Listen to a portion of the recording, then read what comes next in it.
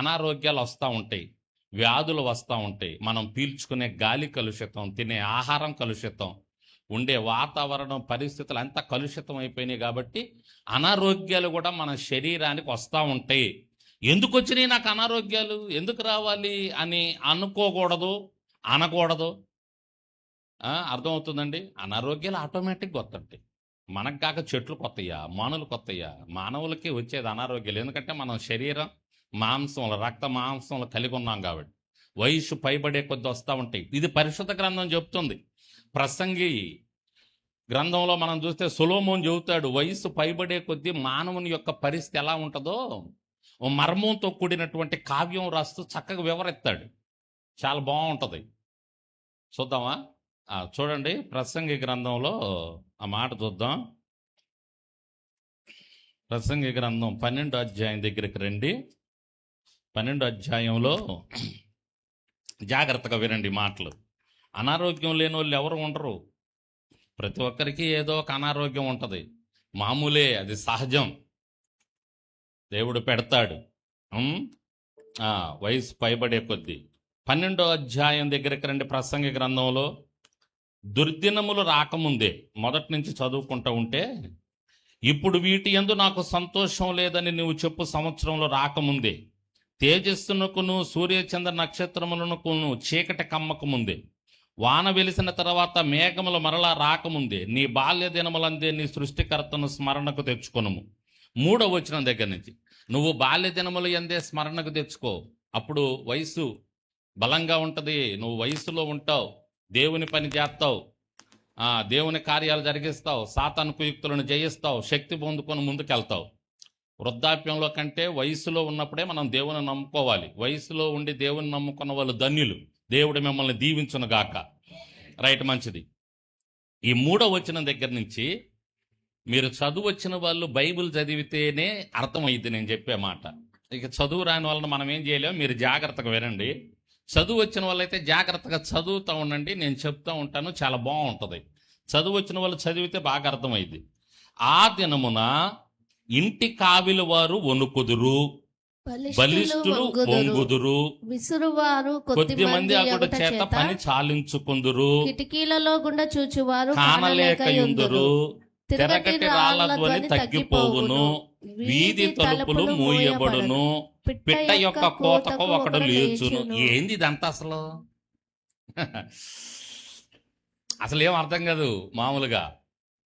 ఏంటి కావలి వాళ్ళు వణికేది ఏంది, బలిష్ఠులు వంగేది ఏంది, విసిరేవారు కొద్ది మంది అగుడు చేత పని సాలించుకునేది ఏంది, కిటికీలలో గుండా చూసేవాళ్ళు కానలేకపోవటం ఏంటి, తెరుగట్టి రాళ్ళతోని తగ్గిపోవటం ఏంది, వీధి తలుపులు మూయబడటం ఏంది ఇదంతా అసలు? ఏంటి సొలొమోను ఒక పెద్ద జ్ఞానండి. దేవుని దగ్గర నుంచి జ్ఞానాన్ని పొందుకొని రాశాడు ఆయన అద్భుతమైనటువంటి విషయాలు.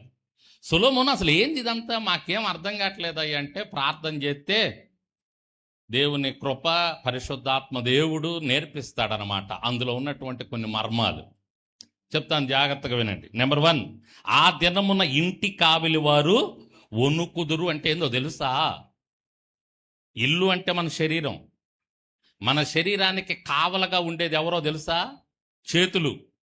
ఎవరన్నా నిన్ను కొట్టబోయారనుకో, ఎవరన్నా నీ మీదకి వచ్చారనుకో, నువ్వు ముందు ఆపుకోవటమో లేకపోతే వాళ్ళ మీదకి వెళ్ళి వాళ్ళని ఏదన్నా చేయటమో చెయ్యాలంటే ముందు మీకు ఉపయోగపడేది ఏంటి? చేతులు కదా.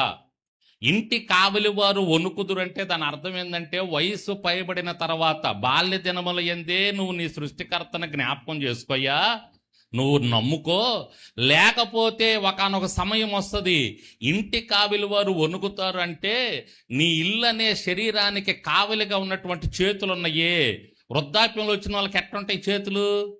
ఏ విధంగా ఉంటాయి? వణుకుతా ఉంటాయి.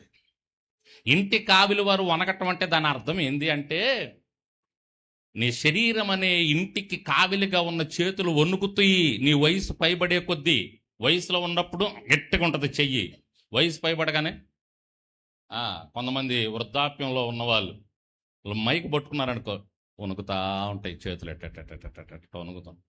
ఏమైపోయింది? వాళ్ళ శరీరం బలహీనం అయిపోయింది. వృద్ధాప్యంలోకి వచ్చినప్పుడు శరీరం బలహీనమైపోద్ది, చేతులు వణుకుతూ ఉంటాయి. అది ఆటోమేటిక్గా వృద్ధాప్యంలో వచ్చిన ప్రతి ఒక్కరికి వస్తుంది, ఈ వణుకుడు జబ్బు, ఈ వనకటం, చేతులు వనకటం. ఏమని చెప్తున్నాడు తెలుసు ఇక్కడ, ఆ దినమున ఇంటి కావలి వారు వణుకుతారంటే నీ చేతులు వణుకుతాయ్యా, సరిగ్గా ఏది వస్తువును పట్టుకోలేవు, బలంగా ఏది పని చేయలేవు, నీ చేతులు వణుకుతుంటాయి.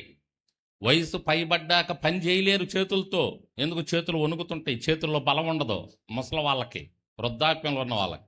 అది కావిలి వారు వణుకుతారు, నీ చేతులు వణుకుతుంటాయి. అందుకనే మంచి వయసులో ఉన్నప్పుడే దేవుని నమ్ముకొని దేవుని పని చేయాలి అనేది. దేవునికి స్తోత్రం. ఆ తర్వాత వయసు పైబడిన తర్వాత బలిష్ఠులు వణుకుతారు. మన శరీరానికి బలమైనది, మనల్ని నిలబెట్టేది ఏందో తెలుసా, వెన్నుపూస, కాళ్ళు. ఈ వృద్ధాప్యంలోకి వచ్చిన తర్వాత కాళ్ళు ఏమైపోతాయి, బలహీనమైపోద్ది. ఎన్నుపూస ఏమైద్ది, వంగిద్ది. మీరు చూడండి, ముసలోళ్ళు నిటారుగా నిలబడగలరా, నిలబడలేరు, వంగిపోతుంటారు. నడుము వారికి నిలబడదు, నడుము వారికి గట్టిగా ఉండదు, ఎన్నుపూస వాళ్ళకి గట్టిగా ఉండదు. మన శరీరానికి పిల్లర్ బలమైనది, మనల్ని నిలబెట్టేది ఏంటంటే ఎన్నుపూస వెర్రగా కొడితే మనిషి నిలబడలేడు, మనిషి నుంచోలేడు, మనిషి పడిపోతాడు, మనిషి వంగిపోతాడు. చాలామంది ముసలోళ్ళని చూడండి ఏమైపోతారు, వాళ్ళు వంగిపోతుంటారు. ఎందుకని, వాళ్ళ వెన్నుపూసలు ఏం లేదు, బలం లేదు. కాబట్టి వృద్ధాప్యంలోకి వచ్చినటువంటి వారు వంగుతారు, బలిష్ఠులు వంగుతారు. ఒకప్పుడు వాళ్ళు యవనస్తులుగా ఉన్నప్పుడు బలంగా ఉన్నారు, ఇప్పుడు ఏమైపోతున్నారు, వంగిపోతున్నారు. ఈ అనుభవాలన్నీ అబ్బాయి వయసులో ఉండోళ్ళు లేదా, అబ్బా మేము వయసులో ఉండాలని అనుకుంటున్నారు. ఇప్పుడు రేపు 20-30 సంవత్సరాలు ఆగాక మీ పరిస్థితి కూడా అంతే, మీ చేతులు కూడా వణుకుతుంటాయి. ఏంది పెద్ద అయినా ఊరకు వణుకుతుంటాం అంటాం మనం. ఇప్పుడు మన చేతులు బాగుండే కాబట్టి, మనం బాగుండాం కాబట్టి, రేపు పొద్దున మన చేతులు వణుకుతుంటాయి, మనం పట్టుకోవాలి గట్టిగా. ఎంత గట్టిగా పట్టుకున్నా ఆగవు. వయసు పైబడిన తర్వాత మన పరిస్థితి అదనమాట. బలిష్ఠులు వంగుతారు, విసురువారు కొద్ది మంది అగుడు చేత పని చాలించుకుంటారు. అర్థమైందా మీకు ఈ మాట? నేను చెప్తాను. విసురువారు కొద్ది మంది అగుడు చేత. విసురువారంటే ఎవరయ్యా? విసురువారంటే ఏంటి? గ్రైండరు విసురుతుంటుంది, ఒక పిండి వేస్తే. ఇంతకుముందు ఇదేందండి రుబ్బేది, ఏమంటారు దాన్ని, తిరగలో పత్రం, దాన్ని దిప్పుతూ ఉంటే ఆ వేసినటువంటి పదార్థం మెత్తగా అవుతుండదు, దాన్ని విసరటం. ఇప్పుడు మన శరీరంలో ఇసిరేదేంటి, మనం తీసుకునే ఆహారాన్ని, దంతాలు, పళ్ళు. మన పళ్ళు మన ఆహారాన్ని మెత్తన చేసి లోపలికి పంపిస్తూ ఉంటుంది, ఇసురుతుంటుంది ఒక రకంగా. మన ఆహారాన్ని మెత్తన చేస్తా, నములుతూ ఉంటాం మనం. వృద్ధాప్యంలోకి వచ్చిన తర్వాత విషయం ఏందయ్య అంటే, నీ దంతాలు, పనిచేసే దంతాలు తక్కువైపోతుంటాయి, ఊడిపోతుంటాయి, కదులుతూ ఉంటాయి.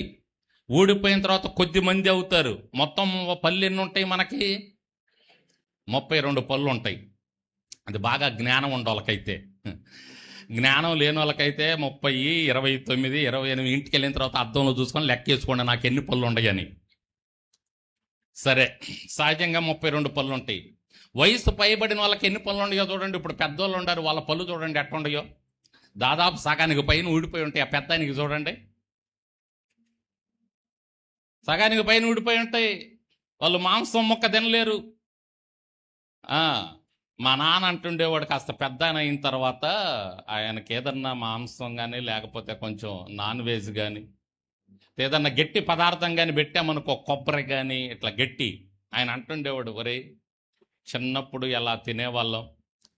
ఆయనంట ట్యూబ్ లైట్లు నవిలేసేవాడంట పళ్ళతో.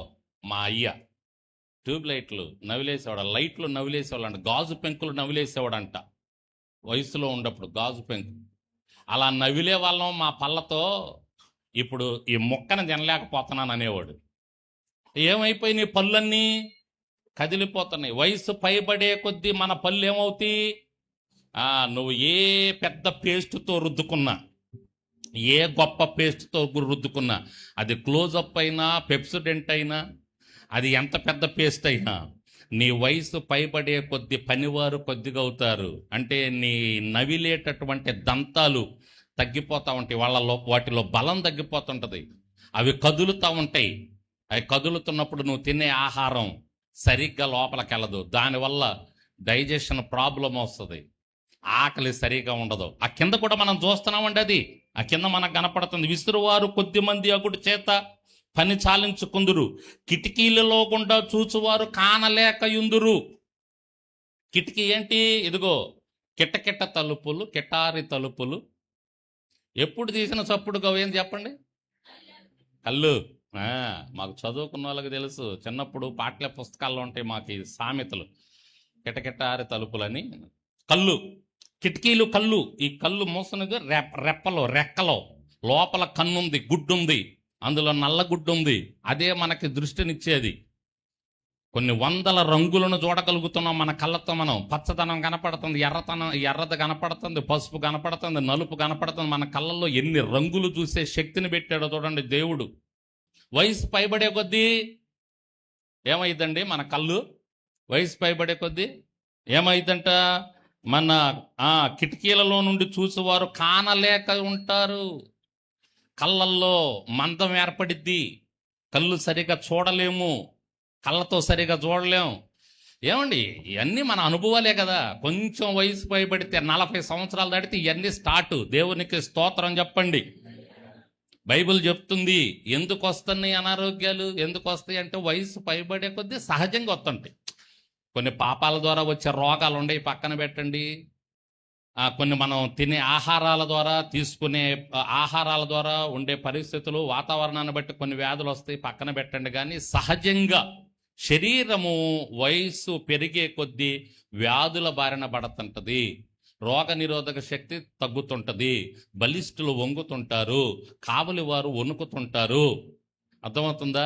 తెరగటి రాళ్ళు, అది పనివారు కొద్దిమంది అగటం ద్వారా సరిగా తినలేము, పళ్ళు మందకిస్తాయి, కళ్ళు మందకిస్తాయి, చూపు సరిగా కనపడదు. ఇంకా చూడండి, తిరగటి రాళ్లతోని తగ్గిపోవును, వీధి తలుపులు మూయబడును, పిట్ట యొక్క కోతకు ఒకడు లేచును. అర్థమవుతుందా మాటలకు అర్థం? తిరగటి రాళ్లతోని తగ్గిపోవునంటే బఠానీలు కసా కసా కసా నవిలేశాం వయసులో ఉన్నప్పుడు. వృద్ధాప్యంలోకి వచ్చాక ఒక్క బఠానీ కూడా తినలేవు నువ్వు. అప్పుడు పళ్ళు పట పట పట పట అని సౌండ్ వచ్చినాయి. ఆ తర్వాత కొంతమంది వయసులో ఉండోళ్ళు కోపంలో ఉండప్పుడు కొరుకుతారండి పళ్ళు. అయ్యి నాకు కూడా బాగానే సౌండ్ వచ్చినాయా? ఏమి సౌండ్ వస్తాయో పళ్ళు బలంగా ఉండప్పుడు. పళ్ళు బలహీనమైనప్పుడు అండి, పళ్ళు బలహీనమైనప్పుడు ఏమన్నా ఉంటుందా పరిస్థితి? కొరికే పరిస్థితి ఉంటుందా? ఏమండి, తినే పరిస్థితి ఉంటుందా? సౌండ్ వస్తుందా మన నోట్లో నుంచి? అది అక్కడ చదువుతుంది. తిరుగటి రాళ్ల ధ్వని తగ్గిపోవును, వీధి తలుపులు మూయబడును. వీధి తలుపులు మూయబడును అంటే ఇదే నోరు. ఈ మూయపడతాయి, వీధి తలుపులు మూయబడ. వయసులో ఉన్నప్పుడు ఎన్ని మాట్లాడామో, ఎన్ని పాటలు పాడామో, ఏమండి, ఎన్ని చలోక్తులు వదిలామో, ఎన్ని జోకులు వదిలామో, ఎన్ని మాటలు మాట్లాడతాం. వయసు పైబడిన తర్వాత వీధి తలుపులు మూయబడతాయి అంటే ఈ వీధి తలుపులు తెరుచుకోవు, మాటలు సరిగా రావు, మాటలు సరిగా మాట్లాడలేం. కాబట్టి ఈ వీధి తలుపులు మూయబడతాయి, వీధి తలుపులు తెరుచుకోవు. వయసు పైబడే కొద్దీ ప్రతి ఒక్క మానవుడి జీవితంలో ఎదుర్కొనే పరిస్థితి ఇదండి. కొంచెం వయసులో వచ్చిన వాళ్ళకి వయసులో ఉన్నప్పుడు మీరు ఎలా ఉండారో ఇప్పుడు ఎలా ఉండారో దీన్ని బట్టి మీకు అర్థమైపోద్ది అన్నమాట విషయం. దేవునికి స్తోత్రం చెప్పండి. అర్థమవుతుంది? వీధి తలుపులు మూయబడు, పిట్ట యొక్క కోతకు ఒకడు లెగుస్తాడు. ముసలోళ్ళు పడుకుంటారు చూడండి, వాళ్ళకి సరిగా నిద్ర పట్టదు. ఏ చిన్న శబ్దం వినపడినా కళ్ళు తెరిచేస్తారు, చూస్తారు, రే ఎవర్రా ఎవర్రా అక్కడ ఉంది. మనకి మొత్తుగా నిద్ర వచ్చేస్తుంది వయసులో ఉన్న వాళ్ళకి, కొంచెం వయసులో ఉన్న వాళ్ళకి. అదే వృద్ధాప్యంలో ఉన్నోడికి సరిగా నిద్ర రాదు. పిట్ట కోత కూసినా కూడా లేచి చూస్తాడంట. ఒకడు లేచును, ఆడికి నిద్ర పట్టదు. వృద్ధాప్యంలోకి వచ్చాక, వయసు పైబడిన తర్వాత ఒకడికి నిద్ర రాదు. నిద్రపోయినా వెంటనే లెగుస్తారు, వెంటనే చిన్న అలికిడైనా లెగుస్తుంటారు. కాబట్టి వృద్ధాప్యంలో వాళ్ళ పరిస్థితి అలా ఉంటుంది. సంగీతమును చేయి స్త్రీలు, నాదము చేయి వారందరూ నిశ్శబ్దముగా ఉంచబడదురు. నోటి మాట సరిగా రాదు, వారు నిశ్శబ్దంగా ఉంటారు, వారు పాడలేరు, మాట్లాడలేరు. ఎత్తు చోటులకు భయపడుదురు. ఏమండి, కాళ్ళు వణుకుతుంటాయి, ఒరే నేను ఎక్కలేనురా బాబు, పట్టుకొని ఎక్కించాలి ఎవడన్నా. కొంచెం ఎత్తు చోటు ఉందనుకోండి, వయసులో ఉండోళ్ళు దడదడ ఎక్కేస్తారు, వయసులో లేనోళ్ళు ఎక్కలేక ఎక్కుతారు. వాళ్ళని ఎవరినన్నా పట్టుకోవాలి, ఒక్కో మెట్టు ఎక్కించాలి. ముసలోళ్ళు సహజంగా మనకు తెలిసిందే కదా, అరే చేయి పట్టుకుంటారా పడతాడు పెద్ద ఆయన అంటాం. అదే వయసులో ఉన్నారు, రే నీకేమిరా నువ్వు చేయి పట్టుకునేది ఎందుకు, నిన్ను దున్నపోతులాగా ఉండవు ఎక్కువ అంటాం కదా. వయసులో ఉన్నోడు పరిస్థితి అలా ఉంటుంది. వయసు కాస్త పైబడే కొద్దీ ఆ శరీర బలహీనత ఆ విధంగా ఉంటుంది. కాబట్టి ఎత్తు చోట్లకు భయపడతారు, మార్గముల యందు భయంకరమైనవి కనబడును. బాదము వృక్షము పువ్వులు పూయును, బాదము వృక్షము పువ్వులు పూయును, మార్గముల యందు భయంకరమైనవి కనబడును. ఏమండి, చిన్న వాటికి కూడా భయపడిపోతారు వృద్ధులు. చిన్నవి కనపడ్డా కూడా వాటికి భయపడిపోతారు. అమ్మో భయంకరమైందిరో, జాగ్రత్తరో. అంటే వాళ్ళకి ఏంటి అంటే దాన్ని తట్టుకునే శక్తి లేక, ఆ బలం లేక వాళ్ళు భయపడిపోతుంటారు. బాదము వృక్షము పువ్వులు పోయిన, బాదం వృక్షం పువ్వులు ఎలా ఉంటాయి అంటే తెల్లగా ఉంటాయి. దాని అర్థం ఏంటంటే రంగేత్తనం కానీ, లేకపోతే మొత్తం తెలిపే మన ఎంట్రుకలు కొంచెం వయసు పైబడితే. స్తోత్రం చెప్పండి గట్టిగా. ఏమండి, ఇక్కడ చాలా మందికి ఆ పని చేయకుండా ఒక్కసారి చూస్తే, ఒక నెల దాటిన తర్వాత చూసామనుకో వాళ్ళ ముఖం, వాళ్ళ జుట్టు భయం వేస్తుంది మనకి. వామ్మో ఎంత దాచిపెట్టారా ఎంతకాలం అనిపిస్తుంది. పాపారావు జుట్టు తెల్లగా నెగనెగలాడిపోదాం, రంగేశం అనుకో కుర్రోడైపోతాడు. మళ్ళా నెల రోజులు ఆగిన తర్వాత చూడండి, అప్పుడు అర్థమైంది మనకు, అమ్మ ఎంత వ్యవహారం ఉందా లోపలని. కాబట్టి ఇక్కడ కొంతమంది తలలు ఆ విధంగా ఉన్నాయి. కప్పేసుకుంటున్నాం కానీ ఏమన్నా మనం కానీ వదిలిపెట్టామనుకో మన ముఖాలు చూడలేం. మన తలలు అలా ఉంటాయి. వయసు పైబడిన తరువాత మన రంగంతా బయటపడుద్ది, మన ఎంట్రుకల రంగంతా బయటపడింది. బాదము వృక్షము తెలుపు అన్నమాట. దాని అర్థం ఏంది అంటే అక్కడ బాదము వృక్షము పువ్వులు పూయునంటే నీ తలంతా నెరిసిపోద్దయ్యా. వయసు పైబడిన తర్వాత నల్లగా ఉండ నీ తలంతా ఏమైపోద్ది, నెరిసిపోద్ది, తెల్లగా అయిపోతాయి. అది దాని అర్థం. బాదం వృక్షం ఎంత ఏ విధంగా రాస్తున్నాడో చూడండి, సొలొమోను ఎలా వర్ణిస్తున్నాడో చూడండి మానవుని యొక్క పరిస్థితి. మీకు చదివితే అర్థం కాదు నాకు తెలిసి, ఎందుకో పరిశుద్ధాత్మదేవుడు ఇటు తీసుకొచ్చాడు. అంటే మన పరిస్థితి చెప్తున్నా, ఎందుకు ఇలా అయిపోతుంది, ఎందుకు ఇలా అయిపోతున్నాం, వయసు పైబడే కొద్ది ఎందుకు ఈ అనారోగ్యాలు, ఎందుకు ఈ ఇబ్బందులు. ఇక వయసును బట్టి, మనం తినే తిండిని బట్టి, ఉండే పరిస్థితిని బట్టి. చిన్నరాము ఫోన్ చేసి నిన్న గుండె నొప్పికుంది ప్రార్థన చేయడం, కాసేపు మాట్లాడట్లా, ఏందబ్బాయి ఏది నాకు అర్థం కాదు అంటున్నాడు. ఒరే ఈ వయసులోనే ఏందబ్బాయి నీకు ఇది మాట రావట్లేదు పాస్టర్ గారు, గుండె నొప్పిగా ఉంది. పొద్దున మందిరానికి వస్తుంటే మురళి ఫోన్ చేసి మా నాన్నకి ఏందో ప్రాబ్లం అంటే, ఏంది ఎన్నుపూస ప్రాబ్లం వచ్చింది, ప్రార్థన చేయండి అయ్యగారని ఈశ్వరరావుని బట్టి. ఎన్ని అనారోగ్యాలు చూడండి. మిమ్మల్ని కదిలిస్తే ఒక్కోరు చెప్తారు, ఒక్కొక్కరికి ఒక్కొక్క ఇబ్బంది, శరీర బలహీనత. వయసు పెరిగే కొద్ది కొన్ని బలహీనతలు. మన చేతులు వణుకుతుంటాయి, కాళ్ళు బలహీనం అయిపోతుంటాయి, ఎన్నుపూస బలహీనం అయిపోతుంటది. ఏమండి, కుర్రోళ్ళకి కళ్ళజోడు వచ్చేస్తుంది అప్పుడే. ఉండే పరిస్థితులు, తినే తిండిని బట్టి, చూసే వాటిని బట్టి కళ్ళు బలహీనమైపోతున్నాయి. పళ్ళు సరిగా తినలేం. ఎంతమంది పళ్ళు మీరు బిల్లలేసుకొని అట్లా ఉంటున్నారు, కానీ లేకపోతే మీ పుచ్చిపోయిన పళ్ళు ఎప్పుడో ఓడబేకాల. అర్థమైందా? ఓడబేకటం ద్వారా మీరు ఆహారాన్ని సరిగా నమలలేరు. ఆహారాన్ని నమలలేనప్పుడు డైజెషన్ ప్రాబ్లం, జీర్ణం కాదు, వెంటనే దానికి సంబంధించిన రోగాలు. ఇవన్నీ సహజం మానవునికి. స్తోత్రం చెప్పు గట్టిగా, హల్లెలూయా. చూసారా ఎంత చక్కని వివరణం.